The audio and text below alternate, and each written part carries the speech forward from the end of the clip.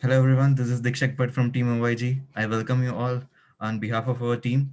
And today we have a wonderful speaker with us again. So I welcome you, ma'am, Simone ma'am, on this wonderful Thank you. session. Simone ma'am has done a BAMSc, licensed acupuncturist diploma in community health medicine, MBA, and MRSM. Simone Ma'am holds the membership of a British Acupuncture Council, Senior Associate of the Royal Society of Medicine, member of the Institute of Functional Medicine. She completed 21 years in a complementary healthcare after leaving the corporate world following the personal tragedy. In those 14 years running in a traditional Chinese medicine clinic, practicing traditional and a five-element acupuncture, Chinese herbal medicine, Chinese dietary therapy, she had graduated shift into the functional medicine 2 years ago. That has been precipitated over the last year by the physical closure of her clinic and moving all her services to the online. She would like to share her inspiration journey with us, how the personal tragedy led her to us, and how she on her growth and the found the true purpose. The amazing story led her to the trace of the roots of her to Jamaica, where she has a long line of a herbalist family, including her grandmother, who lived to be a 114 years of age. She believes that the on your growth, you must be the true to yourself, and the healthcare is calling. It's not just a job. I welcome you, ma'am, again on this virtual platform, and on behalf of our team, I would like you to welcome, and we would glad that you share your time and everything with us. So I hope I won't Thank miss you. anything in the introduction. No, that's a fantastic introduction, Dikshak. Thank you very much indeed for the introduction and for the invitation. I absolutely love your channel, Own Your Growth. I think that's a fantastic title. It's a fantastic concept and never more needed than in these times. So in actual fact, it was the title, Own Your Growth, that has inspired me to share my story that I hope will help your readers and listeners and watchers to find their true purpose as healers, because we certainly live in very challenging times and we all need to own our growth. And as we're learning, growth comes through a period of transformation, which isn't always easy. So, really, I'm not going to use slides for today's talk because I think that what I would like to share will resonate with people in different ways. And I would like everybody to look within them and see where they can draw parallels and perhaps own their growth in their own lives. Because owning your growth doesn't just mean furthering your academic abilities and learning new skills. That was the mistake that I made early on. I kept thinking I would become a better practitioner if I just studied harder and worked more. But in actual fact, what I've learned more from is the concept of the wounded healer. I think you may have heard of that from Carl Jung. I just look here, the way he describes the wounded healer. He says, a good half of every treatment that probes at all deeply consists of the doctor's examining himself. It is his own hurt that gives a measure of his power to heal. This and nothing else is the meaning of the Greek myth of the wounded physician. So, with that in mind, I would like to have today's talk focus on owning your growth as the wounded healer. And I'd like to call it From Tragedy to Transformation. So, at the age of about 14, I thought that it was perfectly normal that if anybody was ill in the neighborhood, somebody would come and ring my nan who I lived with or knock on her door and say, quick, get Simone. That was normal. Even when an elderly lady was having a heart attack, it wasn't dial 999, it was, where's Simone? And I thought that that was just perfectly normal. Why wouldn't they want to do that? But whenever they said to me, what are you going to be when you grow up? I said, I'm going to be a linguist. So I wasn't really paying attention to life giving me a little nudge then. And even then, after I went to university, I studied languages. Then I thought that it was normal that on a Saturday night amongst all the students, I was the sober one that found somebody in a diabetic coma in a doorway and recognized that he wasn't a drunk lying around, that he needed help. Or at student parties when people had gone beyond drunk. I thought that it was perfectly normal, but still, I was going to be a linguist. And then I got my first job and very proudly walked in as a linguist and said, by the way, I'm going to be the first aider at work as well. So I did all that training and I always took on that responsibility, not just in that job, but in any other office. Still, life was giving me a nudge and I wasn't listening. So it went on like that with every job. And then I volunteered with the St. John Ambulance for 6 years. And I did cardiac duties with them just for fun at the weekends when everybody else was going out. And then it went so far as in 2000, I started getting qualifications in complementary therapies just for fun. And I set up a room at home so that I could treat people there when I wasn't doing my job as a linguist, just for fun. So when I look back, all along, life was dropping me these little hints. It gave me a nudge. It gave me a push in the right direction, and I didn't listen. And then in 2001, life gave me a flipping good kick to get me on track. So, having always enjoyed perfect health, I found myself in 2001 going through the most challenging pregnancy imaginable. I had hyperemesis, so I was sick every single day. I couldn't stand up or walk around anywhere without fainting or being sick. I failed at my job because I couldn't go in, I couldn't work. And I really found it an incredibly difficult time because I'd never been ill in my life. I didn't know what it was to be ill, and it didn't make any sense.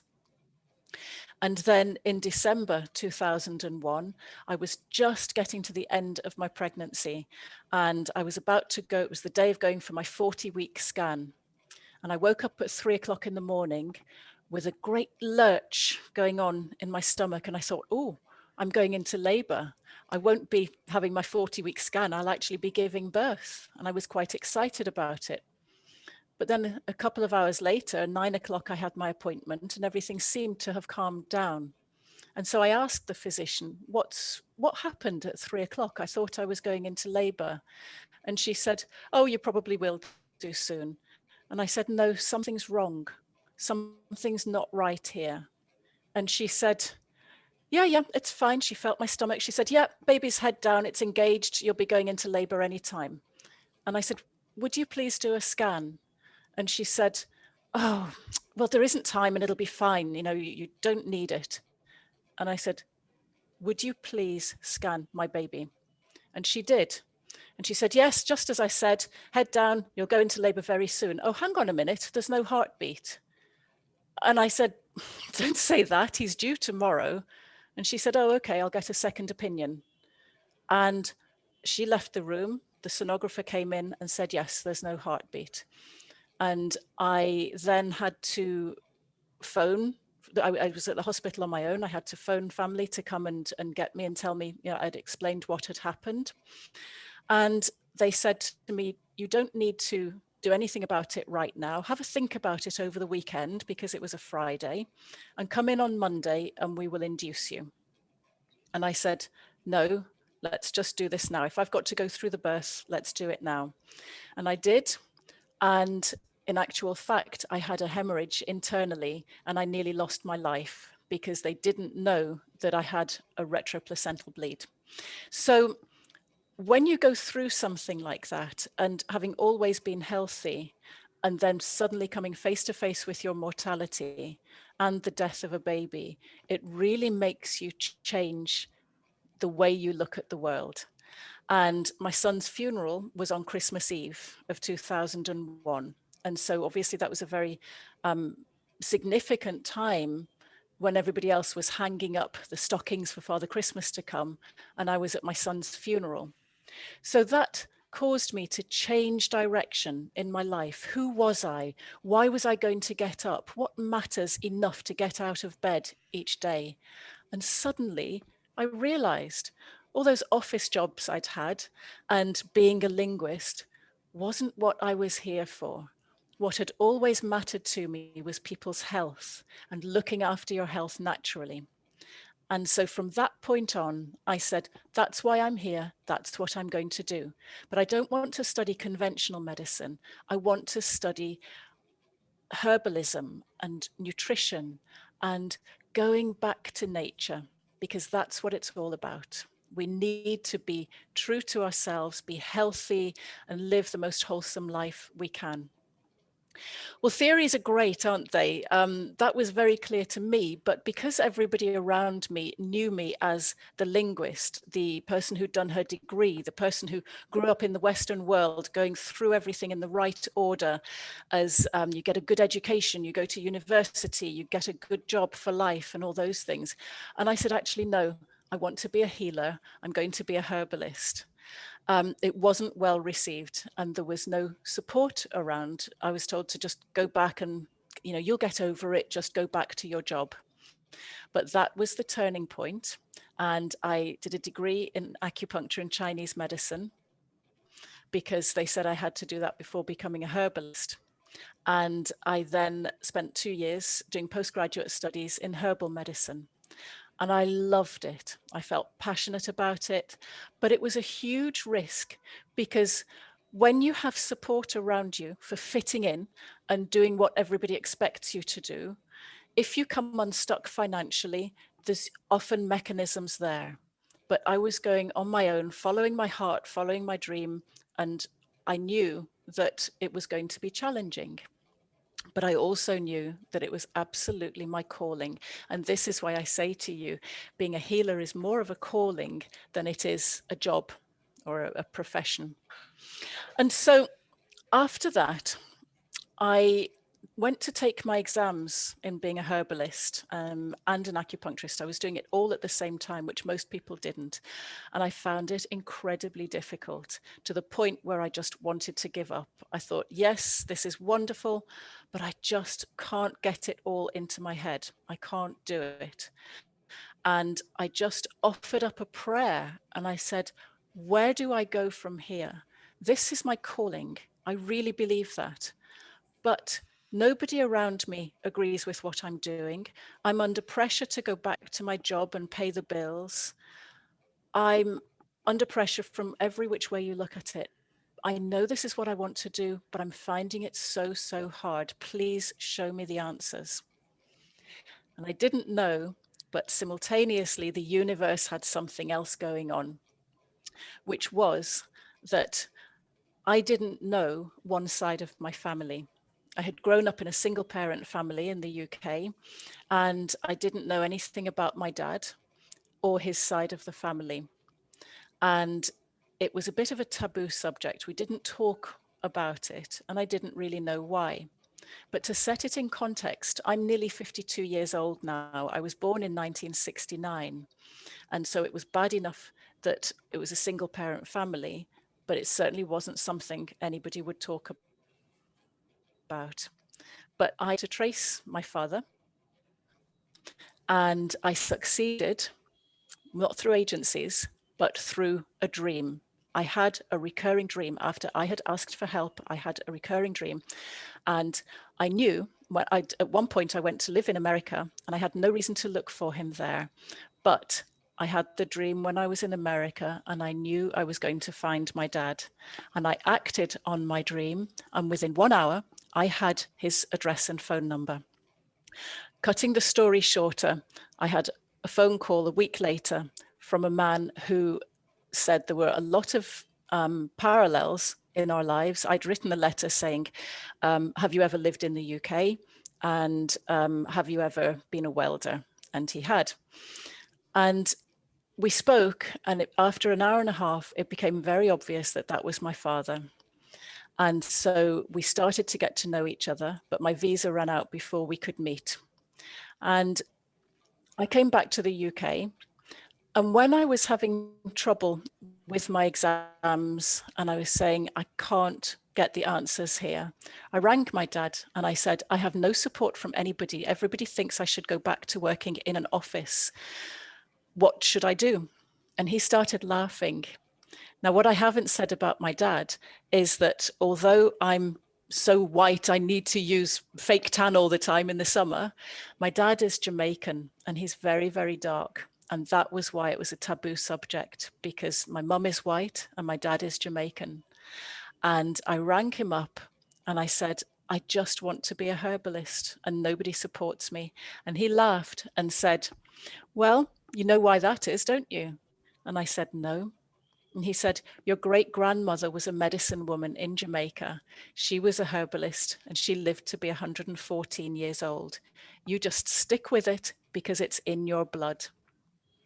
So that's why I say to everybody watching this, if you have a calling in your life, even if nobody around you supports you in that, even if it doesn't make sense logically or financially, if you believe it in your heart, you follow your calling and the universe will bring you the support that you need. Because I had no idea that being a herbalist and being a healer was in my blood. And since that time that my dad told me about my great grandmother, I've been fortunate enough to go back to Jamaica to trace my roots, to see where she lived, to see her herb garden. And I've been able to go there and take my children as well now. So that is why I would really urge everybody, particularly in the times we're living in now with COVID-19, there is a lot of tragedy around us. But my question is this: can tragedy lead to transformation for you as it did for me? Because it really did transform my life. I knew myself better. I have been able to help my clients better because of everything I've been through. And when I went through the tragedy of spending Christmas Eve standing there at my son's graveside, I had no idea that just a couple of years later, I would be sitting in a clinic with couples who were struggling with fertility. And I was able to guide them through that journey and in so many cases, help them to have a successful outcome using acupuncture and herbal medicine. And that, for me, is what being a healer is all about. It's the transformation. Had that tragedy not happened, the transformation would not have happened, and I wouldn't have been able to help the patients and the clients that I can help now. And so the times that we're living at the moment, I know in India, just like the UK, as well as all around the world, but particularly our countries, we're going through such tragic times, such tragedies, such fearful times. There has never been a greater need for healers than now. But we're all in this together. We're all facing tragedy. We're all afraid. And so I would invite you to just have that bigger picture that there are lessons we can learn from the tragedies that we're facing. And we can carry them with us for the greater good of all, and for helping not just ourselves, but our communities, and for passing the message on that there are lessons to be learned here. And I think there's a global reset taking place where in the past people were too busy. We didn't have time for one another. We didn't have time for families. There was deadlines at work. There were money worries. There were materialistic desires. I want this, I want that, all about the material possessions. And over the last 12 months, I think we've all been invited to press the reset button. We've all taken more time for nature. We've all had more time for family. And sometimes that's challenging if people aren't used to it. You know, it's not easy, but this is a transformative period that we're in. And for us as healers, I feel that we are going to be at the heart of that in helping ourselves and others to come through. So if anybody's watching this who is facing tragedy, you may not be able to see why. Why me? What's going on? There may not be reasons for it now, no matter how difficult it is. But if you can work through it and get through it, and if we can all help each other through it, then maybe like me, you'll be able to use the advantage of hindsight and say, had that not happened, then this wonderful thing would not be happening now. Because I certainly wouldn't have had the courage to make the changes had I not been through the tragedy. So I would like to invite any questions or any comments. Sure, ma'am. It's just too inspirational story for us. You gave us such a great insight for us, and I'm a little bit speechless because I cannot understand how to cope up with the story you gave. Is such a so inspiration that Still, I wanted to ask one question, is that Mhm. how do you deal with this kind of situation? Because even myself cannot imagine this kind of situation is happening with me or anyone around Mhm. me. I'm not sure that I could handle that situation perfectly as well you did. So Thank you. That's a really good question. And and there's so many people facing tragedies as difficult as that now. In my case, it was a full-term stillbirth, but there are people losing children and loved ones and aren't able to get close to them and spend time with them in their hour of need. And I believe that for everybody, how you get through it is very different because we all have different needs, we all have different backstories. But for me, I would say I spent a couple of months just thinking, wow, every morning I would wake up and just stare at the ceiling and think, oh my goodness, I'm still here. And I'll be honest with you and say that at some points I thought, okay, I'm dead, but my body hasn't caught up with me yet. And there really was a complete disconnect.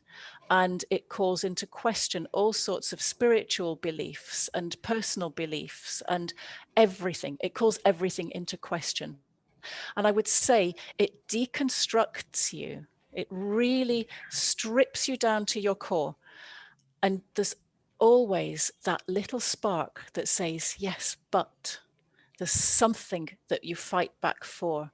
And even if it's just one tiny step, and when you're in a tragedy, don't underestimate that the physical act of putting one foot in front of the other is a step forward in your life. And it's not easy. When people are in despair, that simple act of getting out of bed is not easy. But one day, and for me, the transformation was in one day, I opened my eyes when I woke up and I thought, okay, you know what? I'm actually not dead and my body isn't going to catch up. So I have two choices.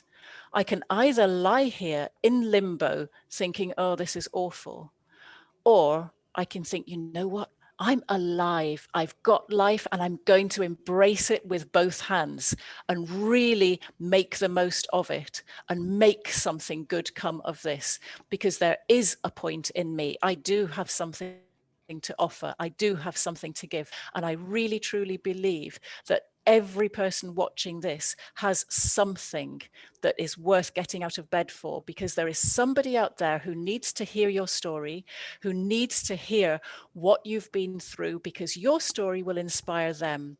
And if I've understood your watchers of this channel correctly, a great many are healers.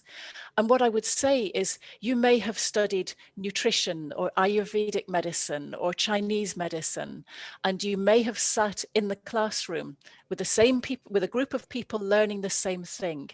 But the one thing that differentiates you is your story, because there is only one you, and you are the only person who has come through whatever it may be. And that's your wounded healer story. And if you can get through it, you can inspire and help others to get through it. And that gives you a tremendous sense of purpose. We're all here together. You know, we're pack animals. We all help each other. And when you're in despair, if you can find that little spark, no matter how small, just embrace it, be patient with yourself, and go through life one step at a time. And at some point, you think, you know what? I'm here and I'm going to live life to the full. And my goodness, I have since then. And I would also add that I now have two very happy, healthy children. I had two textbook pregnancies after that. And that was the most scary thing to do, having come through a full-term stillbirth. It was very, very scary to be pregnant again and, you know, risk going up to full term and having the same thing happen again. So it's not an easy path, but my goodness, to have what I have got now, which is a happy, healthy 15-year-old going on 16 and 17-year-old going on 18, you know, I would go through it 100 times over to have what I've got now.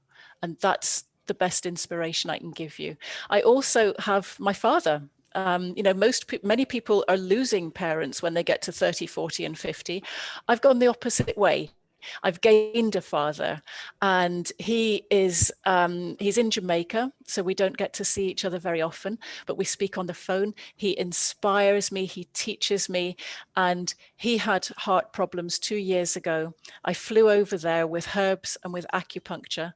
I treated him. His doctor said it was miraculous. We flew over because, and my sister went from America because we thought that he wasn't going to make it. We went over to say goodbye, but I took my herbs and I took my needles, and his heart has been fantastic ever since. He's up and about gardening and planting his herbs. So the story really has gone full circle, taking the herbalist skills back to Jamaica and being able to see my dad when I can. So follow your path and the universe will look after you. That's such a great. I'm happy that you finally meet your father and you saved his life. So, ma'am, Yes. question here is about what is the main thing that attracted you to the herbalistic medicine? That one spark. What was the spark? Yeah. So to some degree, I believe that it's always in me, because even in childhood, when I saw people taking tablets and medication, I just couldn't understand it. And I had this, I couldn't perhaps express it at the time, but I thought, no, your body doesn't have a paracetamol deficiency or a statin deficiency. It actually has a nutritional deficiency. And although in early childhood, I was a picky eater. I think I was a bit of a nightmare, probably. But in my teenage years, suddenly I started to love food. And I really believed that food and water, to a great extent, is your medicine. And so the reason I chose Chinese medicine is because it embraces the whole lifestyle medicine approach. It's not just about popping a pill and wanting quick results. And herbs are just an extension of your food. And it seemed obvious to me that you eat your food to maintain the status quo. And when something goes out of balance, you need to add a bit extra. Sometimes like the farmer needs to add fertilizer to the ground. You know, we need the herbs to nourish what's there. And I've always believed that if we can be our healthiest selves using natural means and using herbs which our body can process, unlike certain medications which are toxic and damaging to the liver, then we can get ourselves to the healthiest and best point possible. And then if that isn't enough, we've got amazing, miraculous solutions in conventional medicine. It's just that for me, conventional medicine is not the first step. I think do what you can naturally with herbs, with your food, with meditation, with exercise, be your healthiest, best self. And then if something goes wrong and that's not strong enough, we've got medicines that are strong enough and they've got a better chance of working on a reasonably healthy body than in a body that's just not if somebody hasn't looked after themselves, then no amount of any sort of medicine is going to find it easy to treat them. So herbs just seems obvious. But I would say for anybody who's not a herbalist, please bear in mind that just because something is natural does not mean that it's safe. And it's not a miracle cure all the time, but it's just natural. Let's listen to nature. Let's get back in touch with nature first, and then use conventional medicine if it's not enough. Ma'am, how do you build your rapport with the patients? Because as I can say that you are a miraculist and you have done such a great job. So it's a hard job for us to, we are just aspiring doctors. So we are uh, talking with a patient is such a big deal for us. We are not just, habituate. So can you just guide us through the how to build a rapport with the patient? Mm. Listen. That's all I can say, because especially at the moment when people are in lockdown, what I'm seeing with people is they're worried, they're frightened, and they're not being heard. And sometimes I have patients who I have thought were acupuncture patients and that they wanted to come to me for me to put needles in them, and they're not. They ring me up and say, can we just have a chat? And I listen to them. And then I repeat back to them what they have said and help them put it in some sort of order. So this is particularly true with Chinese medicine and with functional medicine. The patients will turn up and tell you all sorts of information. Some of it's relevant, some of it's not. It'll be in a random order. And then if you are listening attentively and making eye contact with them, and then you repeat their story back to them and say, can I just make sure I've understood you correctly? And then you tell them, then firstly, they feel that connection, they feel that rapport because you have listened. You have validated them, not just their illness, saying, yes, you're right, you have got stomachache, but you've validated them as a person, as a human being.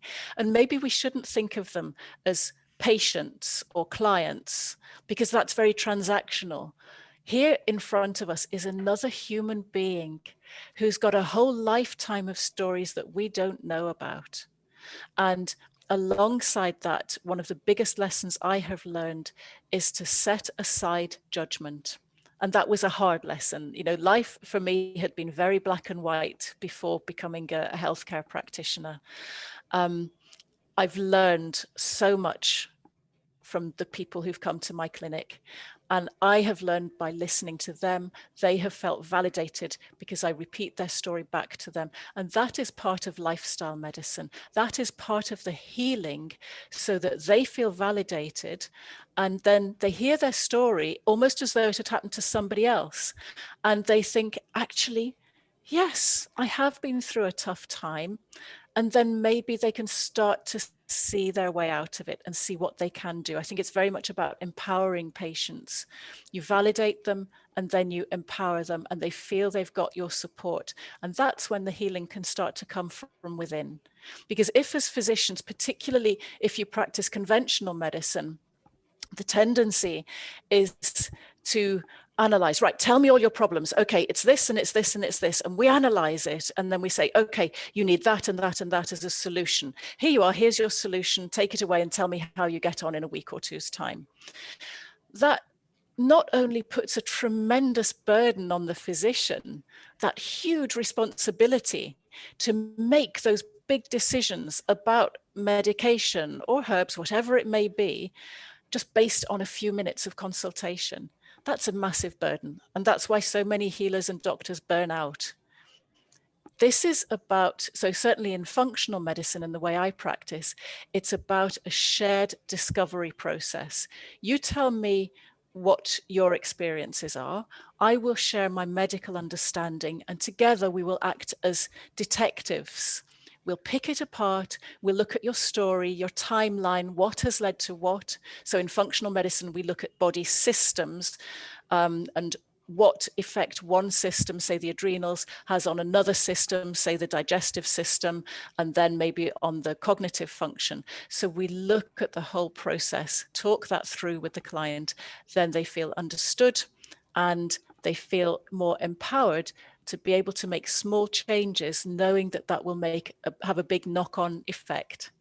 So whereas conventional medicine will perhaps use a microscope and go into microscopic view, this hormone's out of balance or that's out of balance, with functional medicine, we take a step back and look at the whole person in front of us, make them feel validated, then they do the healing themselves. That was such a great tips we get today.